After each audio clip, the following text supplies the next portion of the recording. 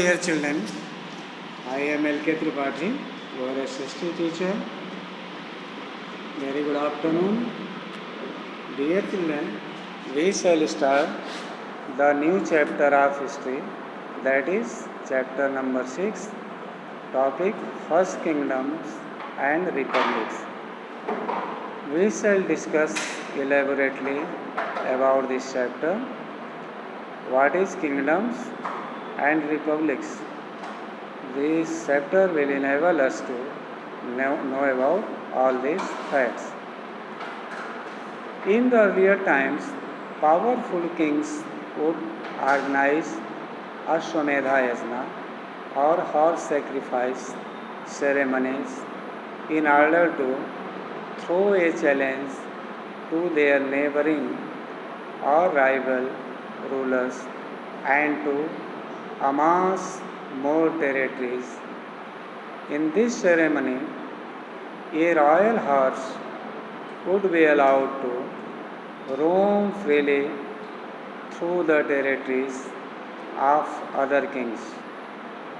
If the horse was stopped, it meant a confrontation between the owner of the horse and the objecting ruler, the one who set the horse to roam free in the first place. This would often lead to battle where the fate of the rulers as well as the horse would get decided. Think of ways in which conflict resolution happens in modern time.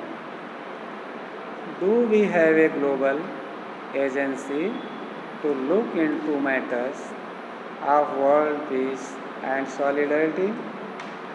What would they say to such a yajna taking place in modern times? Discuss in the class. So many things are there. In early times, people, the king, powerful kings, वो अश्वमेध यज्ञ organise करते थे जिसमें एक घोड़ा छोड़ा जाता था और उसको जो नेबरिंग कंट्रीज होती थी या नेबरिंग स्टेट्स हुआ करते थे, नॉट कंट्री बट स्टेट्स और टेरिटरीज, वहाँ दूर दूर तक वो हॉर्स जाता था. एंड एनी किंग और any person who dared to catch the horse or to stop the horse, it was thought a challenge to the king who had released the horse, and after that it was automatically understood that the king who has caught the horse accepted the challenge of the king who had released the horse. मतलब जो कोई भी राजा या पड़ोसी देश का कोई भी नागरिक अगर घोड़े को पकड़ लेता था, इसका मतलब ये होता था कि जिस राजा ने घोड़ा छोड़ा है उसके चैलेंज को उस राजा ने स्वीकार कर लिया है और वो उनसे युद्ध करने के लिए बिल्कुल तैयार है. ये जब युद्ध होता था तो उसमें जो विजेता होता था, जो जैसे जिसका घोड़ा है चाहे जिसने घोड़ा को पकड़ रखा है, उसमें से जो विजेता होता था उसे सर्वमान्य राजा घोषित कर दिया जाता था. हारने वाला राजा अपने पोजीशन और अपने ग्रेड को छोड़ देता था. ये था अश्वमेध यज्ञ जिसको हम अश्वमेध यज्ञ कहते हैं. मॉडर्न टाइम में क्या ऐसे कॉन्फ्लिक्ट का कोई रिसोल्यूशन है? ऐसा नहीं है कहीं. अब हम देखते हैं आगे क्या स्थिति होती है इस चैप्टर के through. We have read about Jana, that signified the tribe with which people who belonged to a particular clan and shared common cultural values as well as kingship ties were associated. During the last phase of the later Vedic period, a change came in the life of people. This resulted in tremendous growth of agricultural practices. One of the major reasons for this was the use of iron plows for the first time. Another reason was the beginning of cultivating rice and the technique of paddy transplantation. In later Vedic period, we have seen so many changes came in the life of the people. As a result, tremendous growth of agricultural practices took place, and the major reason was the iron plowing for the first time. Iron was first time discovered during later Vedic period. Through this system, they grew much more crops as compared to the previous production. Second reason was the beginning of cultivation, rice and technique of paddy transplantation, और इसी समय paddy transplantation की भी technique आई। Paddy transplantation क्या होता है? धान की रुपाई कैसे की जाती है, ये भी लेटर वैदिक पीरियड में people came to no.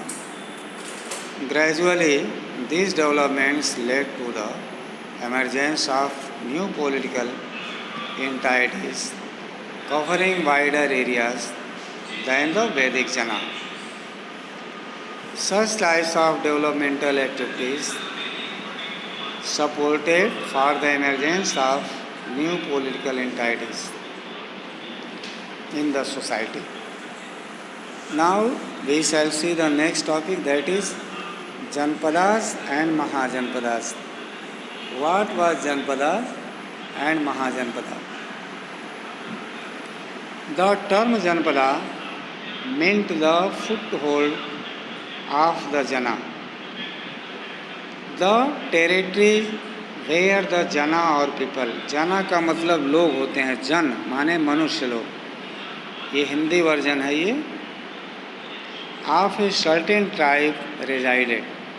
The term was also used for a territory under a ruler. As a Jana or tribe became identified with particular territories, the rulers gradually came to be recognized as kings of Janpadas rather than Janas. However, a number of ancient Janpadas continued to bear the names of the Janas who lived there. From Jana to Janpadas, जन से जनपद बना। First time Indian सब continent में जनपद prominence में आया। आगे हम पढ़ेंगे तो महाजनपदा के बारे में भी हमको जानकारी मिलेगी, महाजनपदा क्या था। और ये जनपदा जना मिल कर के जनपदा बनाए, और जनपदा बहुत सारे नेम्स को, ट्राइब नेम्स को ले कर के बना, बहुत सारे लोगों को कंसोलिडेट करके बना, जिसको हम जहाँ पर ये ट्राइब्स रहते थे। Under their mighty and ambitious rulers some of the Janpadas gradually expanded and grew into larger political entities. जो रूलर्स थे, एम्बिशियस रूलर्स, जो महत्वाकांक्षी रूलर्स थे इनके, वो धीरे धीरे अपने पॉलिटिकल एम्पायर को बढ़ाते गए फैलाते गए। These were known as the mahajanapadas और द ग्रेट किंगडम्स। इसे हम महाजनपदा या ग्रेट किंगडम भी कहते हैं। After years of fighting, 4 of these, namely Magdha, Vatsa, Avanti and Kosala, emerged as the most powerful and important Mahajanpadas. Subsequently, Magdha overtook the other 3 and remained the epicenter of all major political activities across the Indian subcontinent for many centuries. These Mahajanpadas consist of Magdha, Vatsa, Avanti and Kosala. They were the most powerful and important Mahajanpada.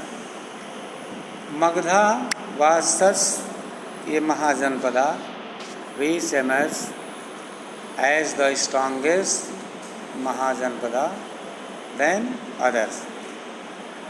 A brief description of these Mahajanpadas, their capitals and locations is given the table below. You will study this table. After that, you will come to know about different Janpadas and Mahajanpadas. They are Mahajanpadas: Gandhara, that is the Takshila, means in the area of Afghanistan. Kamboj, capital Rajpur. Asmaka, Potana. The location are given there. You will study. Now in next figure the same thing you will find. Study yourself at home. According to some ancient Buddhist texts, as many as 16 Mahajanpadas, including kingdoms and republics, emerged in the northern and northwestern part of the Indian subcontinent around 600 BC. These are regarded by historians as the earliest states in India. Major sources of information through which we come to know about the Mahajanpadas: non-literary and literary. Non-literary are what? Poetry, called the northern black painted ware. Punch, mark, coins, etc. Literary, the Vedas, Brahmanas, Aranyakas and Upanishads. Early Buddhist and Jain texts. These are some literary and non-literary sources of information. Now we shall see the types of government. What type of government were there in these Mahajanpadas? The Mahajanpadas were basically of 2 types. Those Mahajanpadas that were ruled by individual kings were called monarchies, while those that were governed by a council of rulers were called republics or Gansanghas. These 2 types of government work there. Now let us see monarchies, मतलब राजा, राज्य कैसे थे. Kings of some Mahajanpadas steadily assumed great power and began to exercise complete control over all affairs relating to their subjects. Due to the monarchy became the dominant form of state and government, the institution of kingship became hereditary and based on the principle of primogeniture or just dhikar. In this way, we have seen this chapter and this explanation. In the next video, we shall see the next. Till then, goodbye.